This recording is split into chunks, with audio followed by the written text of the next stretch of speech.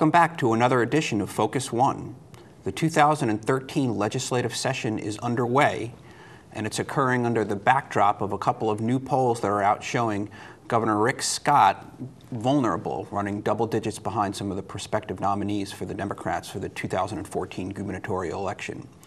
The Republicans still hold substantial majorities up in the legislature, but some modest gains on the part of the Democrats have converted what were supermajorities and veto-proof advantages into just simple majorities at the moment. Also, as we enter this 2013 legislative session, there's a little bit more money to work with. One might think that that would mean less conflict, but maybe not so much. Some of the initial controversies this past week have focused on Medicaid expansion, education raises for some teachers, and property insurance reform. To help me make sense of all of this, I brought back my go-to political expert, Jeremy Wallace, political writer for the Sarasota Herald-Tribune. Welcome back, Jeremy. Thanks, Ray. Let's start off with the polls that have come out the last couple of days. One by PPP, and the other one, the other one by the Quinnipiac. The Quinnipiac. Thank you. Both of them are showing Rick Scott running more than double digits behind Charlie Crist and one of a few other prospective nominees, Pam Iorio. Alex Sink are shown again, lead is substantial. So the perception of vulnerability is there. How much is this going to affect this upcoming session? Well, this is absolutely beyond the regular legislative agenda. This is an undercurrent throughout this entire 2-month period of time the legislature will be meeting. Rick Scott's numbers are really low, obviously, and he doesn't have a lot of time to make up ground before we get into the full-bore election season. So if the summer rolls around, his numbers are still pretty low, then there's really a crisis point that starts to happen. But this session gives him an opportunity to kind of raise himself up. And so what kind of things do you see him working on? You see him talking about education, pay raises for teachers, and Medicaid reform, and expanding Medicaid. Why are those issues so important to him? Well, we look at those polls, and the Quinnipiac poll, it showed that 70% of the Florida voters were supporting that idea. So they love that idea. Medicaid, the expansion of Medicaid. Again, over 50% of the populace likes that idea. So you see Rick Scott's gravitating to some issues that are actually pretty popular with independent voters, with Democratic voters, and with the Florida population at large. Not as supported by some of the Republican contingents, but you go into this thinking, he already has a lot of support from those areas. Now, how can you reach out? And I think one of the difficulties for him, though, is because of how low his approval ratings are. There are members of the Florida legislature who may not necessarily always get along with him, even within his own party, Republicans, who don't have that same sense of urgency to work with him because his approval ratings aren't there. He doesn't have that bully pulpit that like a Jeb Bush or Charlie Crist could use in past against the legislature to kind of assert their will. He doesn't have that. And there is serious speculation that he might face a serious primary challenge in 2014. And certainly that, strategically, that's huge. If there is not going to be a serious challenge, then Republicans will fall in line and probably give him some leeway in terms of trying to solidify his position in the general election. Not so if somebody like Adam Putnam's going to take him on. Do you think he will be challenged, a serious challenge? Well, there's certainly a lot of conversation about whether or not somebody needs to go to Rick Scott within the Republican Party, an adult figure, so to speak, to go in and tell him, look, these numbers are so bad that we're afraid that there's nothing you can do to defeat the likes of a Charlie Crist if he were to win the Democratic nomination. In fact, there's a lot of Democrats that he is unlikely to defeat right now, or at least he'd be going in with a huge disadvantage. So I think there'll be a lot of talk from Republicans asking him to step aside, but he can't be challenged in a primary, mainly because he has, over $100 million that he is said to be ready to spend on this. He can just flood a candidate. He did that to Bill McCollum 4 years ago when it looked like, Rick Scott got in that race so incredibly late, and everybody's like, there's no way some guy nobody's ever heard of is going to catch Bill McCollum at this point. Yeah. But $70 million later, we found out, money can change a lot real quick. Exactly. I find it implausible, though, that he would step down. I think we're still 18 months out, and certainly he's vulnerable, no question. But still, it's 18 months out, and I don't think there's going to be any cakewalk for a Democrat in the state of Florida. So at worst, he might, 40% chance or something. I don't think that's enough to convince him to go away. And as you said, with that war chest in the primary, if one were to challenge Rick Scott, how would one go about doing it in terms of positioning? Yep. I mean, he certainly has more support among conservatives. It's the moderates that I think that would like to see him go away. Yet he's shifting again on Medicaid, again trying to court some support, or at least diffuse the education issue with support for raises. So he's moving a bit to the center. You're seeing some people attack him from the right. Would somebody actually try to run right of Rick Scott in a primary? I don't. That would be what you would normally do. And first of all, they may talk to him about stepping aside, but I think Rick Scott has proven that the establishment Republican Party isn't necessarily super influential on him. Right. They were the ones who told him not to run against Bill McCollum. And Bill McCollum was their chosen leader, and Rick Scott said, "To heck with that, I'm still going to do it." And I think, while I think he would listen to those people, I'm not so sure that just because he gets some pressure from some other Republicans that he would step aside. So I think it's unlikely that he would step aside for another candidate, but I think that's what they're going to use to talk to him. But because that's what he has to get to the middle fast. And if politics, he says no, do you think that somebody's challenged? Okay. No, I don't think it can. Well, there might be somebody out there who wants to do it, but not any of the prominent players that we expect. Because who wants to go in there and lose a primary badly, looking like you're fighting your own party? And then if Rick Scott were to lose in the general election to whoever the Democrat is, a lot of people are going to point blame at that Republican, saying, "See, you made him go through this primary that weakened him." Because the last thing either party wants is to have a primary while the other party doesn't. Because that just gives such an advantage of tying up money to the other side and just giving somebody else a free pass going to that general election. So, Don Gates, leader of the Senate, Weatherford, House Speaker, talk to me a little bit about their priorities going into the legislative session. It would appear to me, there is coordination certainly among House and Senate year to year, but it seems like Weatherford and Gates have coordinated a little bit more than some of their predecessors leading up to this year. Yeah, I wrote a piece earlier this month about how these two guys have a different relationship than we've typically seen as House and Senate leaders. In years past, the House and Senate leaders have always had some political ambition that kind of put them potentially against each other because they're looking for statewide office. Not in the case of these two guys. These two guys are a lot different. Don Gates has said right off the bat that he's not running for anything statewide. This is what he wants to do. He wants to be a state senator, and that's it. So I think that's kind of ratcheted down the tension between that could have been there. And so I think there's a lot of agreement with them. They're both on the same page on ethics reform. They both want to do a lot on trying to put more teeth into the ethics commission in Tallahassee. And actually, this might surprise some people watching this show, but the Florida legislature currently doesn't really have many prohibitions against people, filing legislation on behalf of their businesses or things that have a conflict of interest. There's not really much that makes the legislator have to disclose those right now or to step aside. And what the legislature, both Gates and Weatherford, have both said that they want to make this kind of the centerpiece of what they want to do. I think Will Weatherford, probably put it best, at one of the meetings with reporters and said, boy, I'm spending a lot of time away from home. If I'm going to do that, I want to do something meaningful that people can kind of hook on to. So he's really, I think they're both really invested in that issue, but make no mistakes about it. There's also other bigger issues out there as well. Elections reform is something that they both have expressed great deal of interest in doing now. Depending on what level, of course, is the debate. And also, they're both in opposition to the expansion of Medicaid right now that the governor has been asking them to expand. So that's the other big issue I think that they've really weighed in on early.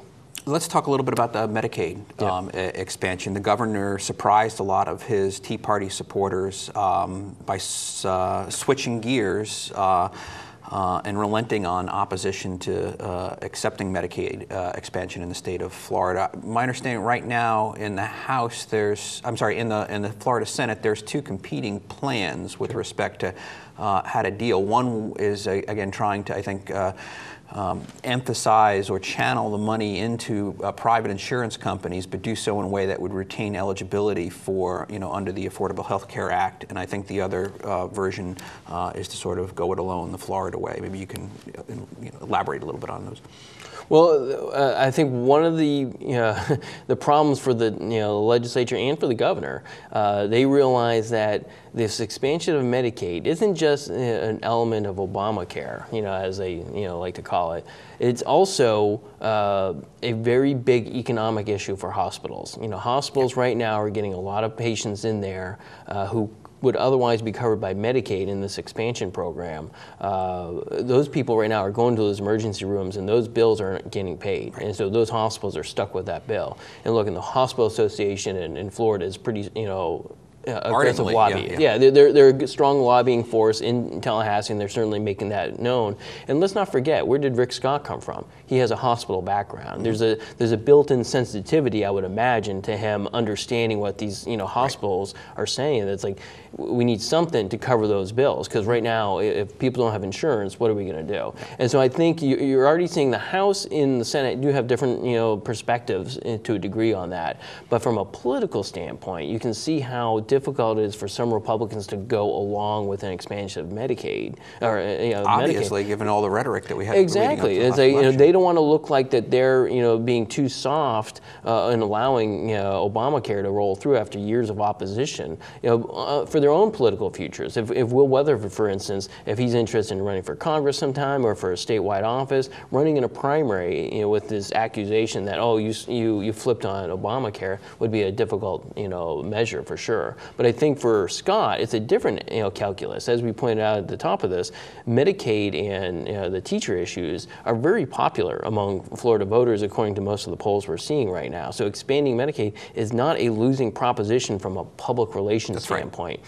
He may not get it through in the end, but you can see a really good example of if you look out beyond Florida, even in New Jersey and Ohio, states that have Republican governors, been a lot of push to expand Medicaid, because governors up and down the coast, across the country, understand that as much as they want to oppose the Obamacare measure, this would at least get some of those hospital bills taken care of and expand, and it's very popular in each one of these states. So. Yes, and we're through the election. That has been decided.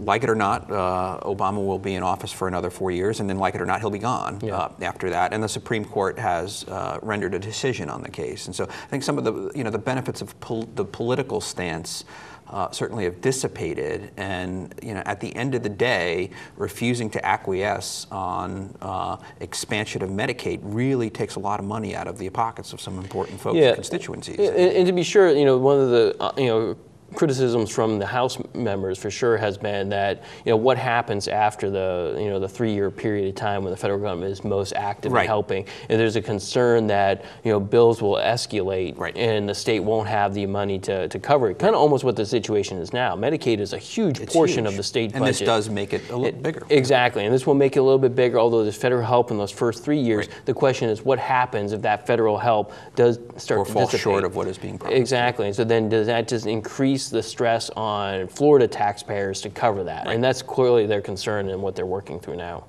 Let's move over to education. Again, it's a bit odd watching Rick Scott, champion the cause of teachers around the state. We had a little bit of, I think, a Twitter kerfuffle yesterday between Scott administration and Weatherford.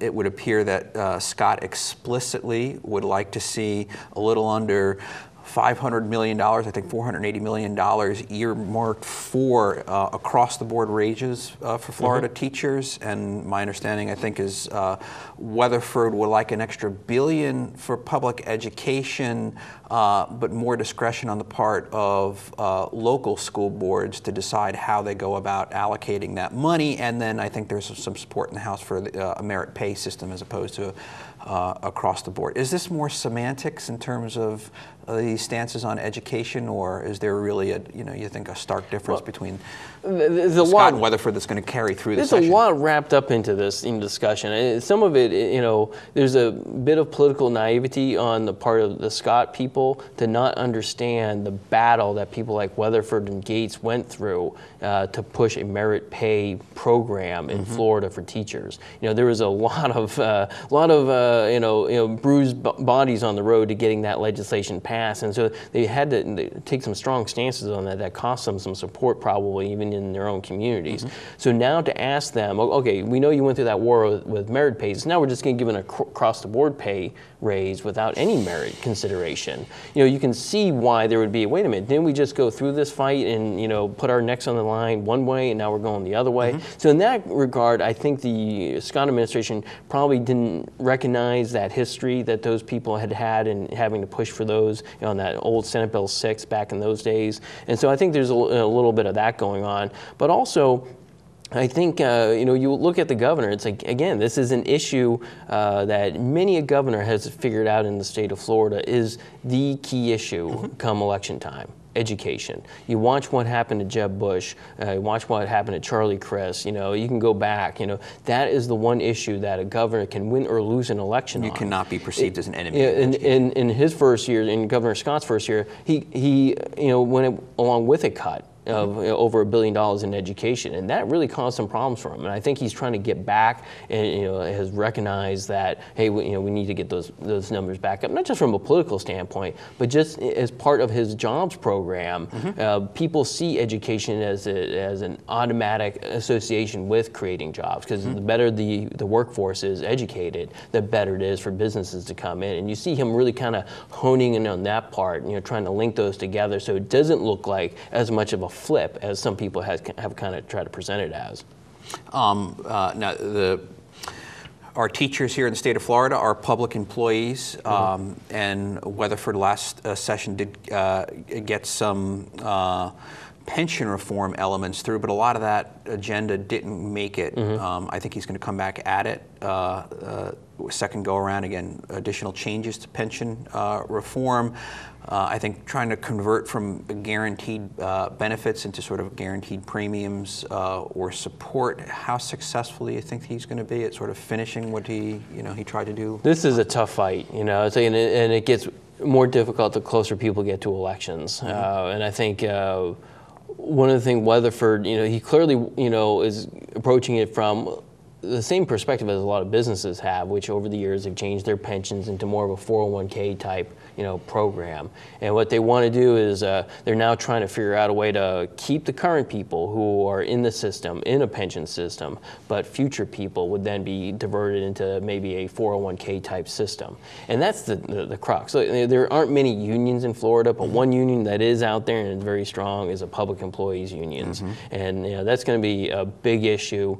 And I think there's going to be a lot of heat on the governor, if something does pass, if he signs this, if teachers and public workers see this as another attack on them, it could be a real problem for him. He's already in, some hot water with those groups, for his past work. So I think a very delicate issue. I think even if Weatherford's successful in the House, there's no guarantee that's going to make it through to the final end because of the politics wrapped up into it, and probably from the sense that some people think, okay, we already did something last year that made them contribute more to pensions.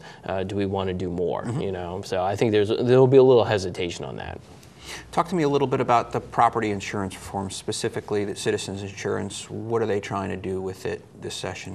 Well, it's gone back and forth. There have been some years where they've tried to just absolutely wanted to eliminate citizens, because I think, a lot of people believe that because of citizens, there's so many people in there now, and they think that rates are artificially low and not enough in there to cover Floridians if there is a disaster that hits, so maybe citizens won't be able to make those payouts. And what happens if citizens can't make those payouts? It goes on to the general public, so that will come straight out of the state budget.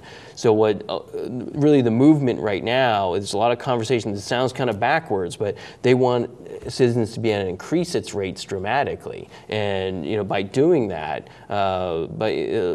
if Citizens is charging higher rates, maybe that'll eventually, take that part of the market that's depressed. So like the private insurers who have decide not to insure people, when they see that they can get more money out of that system, it would stimulate the private. Maybe it brings in State Farms and Allstates and all those types of companies to come back into the property insurance business in Florida and pick up some of those policies. It's a big gamble, and it's like this is one of those areas of consumer republicanism that I think Charlie Crist made a living off of when he was governor, which is fight the insurance companies, fight utilities companies. The public likes those things, but then to turn around and say, well, we're going to raise your rates, but don't worry, this is good for you. That's always a difficult, sale to make in any politics. I don't care if you're Democrat, Republican, or never voted in your life. That's comparable to tax increases. Exactly, and I think that's what a lot of people see in their escrow accounts most. They think it's their property tax increase. It's really their insurance rates that have been doubling over the years.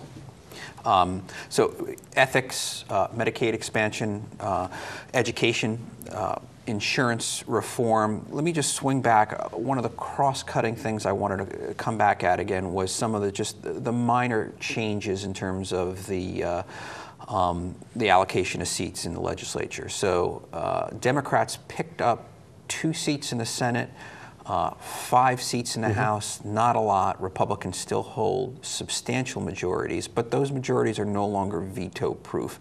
How important do you think that is for this session? How meaningful? It's a funny world up there. I've spoken to a lot of the Democrats about this, and they're certainly feeling a lot more charged up. But it's a difficult conversation for them to go, well, now we can stop some procedural measures. Procedural measures is what they can. They can force voice votes to become roll call votes. So people have to put their votes up there.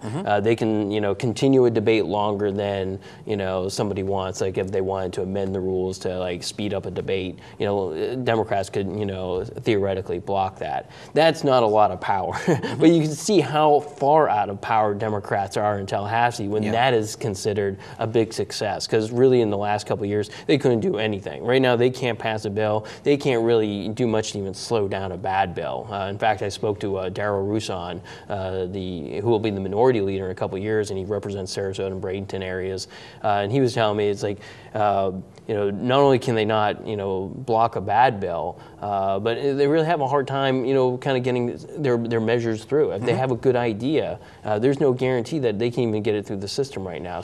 But they're heartened by the fact that they picked up more seats, and now they have a call for if they pick up 17 more seats in the House, which sounds like a lot to me, but they really seem to be charged up and think that because of the last election cycle that 17 seats is within some reasonable gain over the next few years. Sounds like a lot. Yeah, it really does. I don't foresee it happening in this next election cycle. Maybe a few years down the road, they'll be closer to getting those numbers. But I think they've certainly made themselves more relevant, because of the electoral success. And in the Senate, there's a little bit more of a collegial, atmosphere there, where the Republicans and Democrats, work more together on some of the key issues. You'll see Democrats in the Senate actually head up committees, which is a rarity in American politics today. One of the perennial, I think, strategic, and it's more than strategic considerations for the minority party, at whatever level of governance you're talking about, is do you try to resist or obstruct as a matter of a principle or politics, or do you engage and even offer support to bills and pieces of legislation which you might not like a whole lot of what they're about, but you can make them a little bit more palatable for your constituents or for your personal values? Which way do you go, and how's that? It's a tough line, and you've seen Democrats since 1996 is when the House flipped over, and I was there watching during that when it went from Democrat to Republican. You've been watching the Democrats try to figure out where to put their role, but they can be successful in that role at times. One of the first minority leaders, or one of the first outspoken Democrats in those early years was Debbie Wasserman Schultz, who now we see as one of the most well-known members of Congress. You can see there is a way to be successful in that, but there's also that risk. If you go too much and start pounding and irritating the Republicans too much, they can really make life miserable. Not only are you in the back row of the chamber, but all of a sudden your office spaces become miserable, your bills never see the light of day, and forget about ever really getting much done in a committee, because you're not going to get much of an assignment. Hardball. They can get really rough on them. Let me shift the lens over to some of the local issues here, or local delegation. I said some of the bigger ticket items that we're pushing for in the budget, certainly more money, additional $2.5 million perhaps for the rowing and sports facility out along I-75. And we have some septic issues. Yep. Felipe Creek here of course. In Florida, and I think they were looking for $3 million to help with that replacement. It seems to be pretty unified support among our local delegation here. Do you think these requests will sail through, or will sort of the turkey rhetoric very difficult to get them through? Even though there's been an uptick in the budget and it looks like they have more revenue, we're still in a period of time where there's not a lot of tolerance for earmarking, essentially, and that's what these things are. Right. And so it's going to be a real battle. This is going to take some serious political muscle. Whoever can get money for local projects out of the system is clearly a very good legislator. And Sarasota and Manatee County have some seasoned veterans, particularly in the Senate. Bill Galvano and Nancy Dieter have been at this for a long time now. Both have the ability to kind of lock down money like that. But it's a tough road to hoe when you have a legislature talking a lot about ethics reform, tight budgeting, jobs, and then to put out more money for a rowing facility that it got money last year at $5 million, and there was a lot of questions about whether or not that was an appropriate use of state funds to help a sports facility like that. But the good news for the rowing facility is that the Jacksonville Jaguars and the Miami Dolphins are also looking for money from the state, and so if those places can get money, it certainly will improve the opportunity for someone to say, hey, if those are getting it, shouldn't we be doing it for other events too, and not just for NFL and other major league sports? It's hard to recognize surprises before they happen. They're not surprises then. But we've kind of covered the spectrum of some of the major issues and major pieces of legislation and major bills we're likely to see. Any dark horse things out there absolutely. that you think we should keep our eyes on? Every legislative session, there's always that one hand grenade thrown into the middle of the calendar that blows everybody up. And in this case, it's clearly been gambling. Internet gaming, the sweepstakes cafes that you see out there that are just proliferated in Florida over the last few years has become a dominating issue within 1 week period of time. And why is that? Well, the Lieutenant Governor of Florida actually resigned as in a period of time which she was questioned about her role with one of them that had been posing themselves as a charity for veterans, and it turned out very little of the money that was going to them was going to the veterans at all. Pretty big embarrassment. So that becomes a huge issue, and what's happened in the legislature is nothing short of a miracle in terms of how much they're going quickly. I've never seen them move this fast. Within a week's period of time, they've already crafted a very lengthy piece of legislation to really close down on a loophole that they think is out there that's allowing these things to exist. They shouldn't be allowed to exist, according to Senator Bill Galvano up in Bradenton. He's a major player in this, so people in this community certainly should have a front row seat for what ends up happening on this issue. But this is a big issue for them. Nobody wants to look soft on gaming right now. They see this as a way to stand up strong against this, and certainly for all the people who get donations from some of these groups that have been, pushing to have these internet cafes, and there's a lot of them. We're talking millions of dollars have been, doled out over the last 5 years from internet cafes and sweepstake cafe companies to win favor with legislators, and they don't want to look like they were bought off. So I think you're going to see a very strong response from the legislature. And even though these gaming cafes are very popular with senior citizens and a lot of people in the community, those things, their days are numbered. It is really, I would not be surprised within the next few weeks that the legislature actually puts in a ban to make sure these things don't exist anymore. Well, that's a good call there. We'll bring you back at the end of this session. We'll see if that hand grenade, if that dog barked or not.